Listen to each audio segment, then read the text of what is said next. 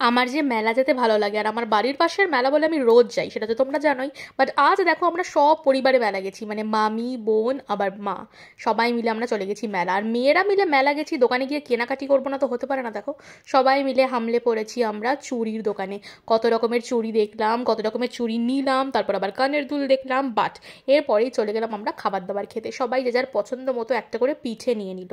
পিঠে খাওয়ার পরে আবার চলে গেলাম গরম গরম ঘুগনি খেতে।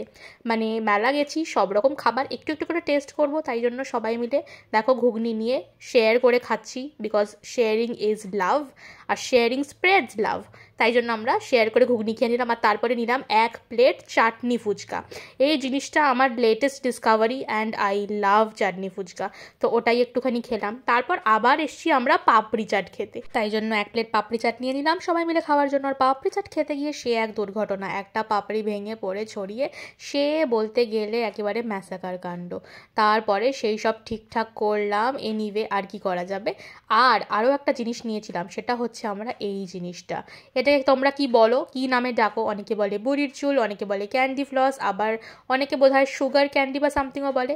আর এখানে দেখো মার মামির ভালোবাসা একে অপরের প্রতি, একে অপরকে খাইয়ে দিচ্ছে, কত আনন্দ করছে। আর এই যে আমরা সবাই মিলে টাটা বলে আজকের মতো চললাম, আবার দেখা হবে।